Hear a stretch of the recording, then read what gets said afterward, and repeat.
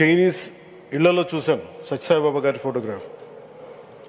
అలాగే ఒక Hollywood actor Steven Seagal అని చాలా సంవత్సరాల క్రితం, దాంట్లో క్లోజ్ టు ఒక 20 సంవత్సరాల క్రితం అనుకుంటా, చిరంజీవి గారిని ప్రత్యేకించి అడిగి, మా అన్నయ్య చిరంజీవి గారిని ప్రత్యేకించి అడిగి నేను బాబా గారిని కలవాలి అని చెప్పి ఇక్కడ బెంగళూరులో ల్యాండ్ అయినా ఇక్కడ ఫ్లైట్కి ఆయనకు వచ్చి ఆశీర్వాదాలు తీసుకున్నది నాకు చాలా ఆశ్చర్యం కలిగేది.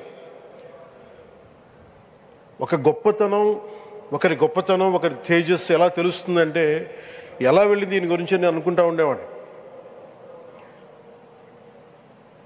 బాబా గారిది వెలిసింది భారతదేశంలో అత్యంత వెనుకబడ్డ జిల్లా అనంతపురం, రాయలసీమలోని అనంతపురం జిల్లా. ఆయన పుట్టుక కూడా అత్యంత వెనుకబడ్డ జిల్లా, నీటికి కూడా కొరత ఉండే జిల్లా, వలసలు వెళ్ళిపోయే జిల్లా. అలాంటి జిల్లాని ఎంచుకున్నారు ఆయన జన్మకు కూడా. అందుకని అలాంటి జన్మ తీసుకున్నాడంటే మహానుభావులే తీసుకోగలరు. ఒక 40 సంవత్సరాల క్రితం ఎవరైనా ఊహించుకోగలమా?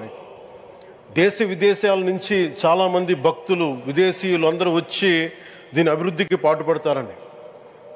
సో ఒక ఆధ్యాత్మిక తేజస్సు, విశ్వ ప్రేమ ఉన్న వ్యక్తుల వల్లే ఇది సాధ్యం.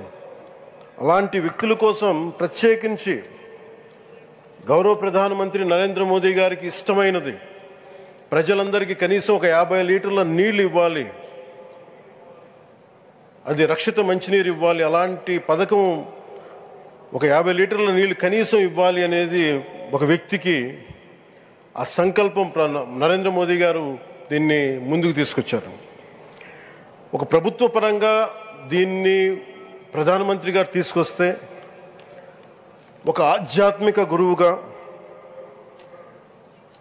ఏ ప్రభుత్వం ఆలోచించినప్పుడు ప్రభుత్వాలే దీని గురించి సగటు వ్యక్తికి నీరు ఎలా అందించాలనుకున్నప్పుడు దాన్ని ఆలోచించింది సత్యసాయిబాబా గారు ఆలోచించారు.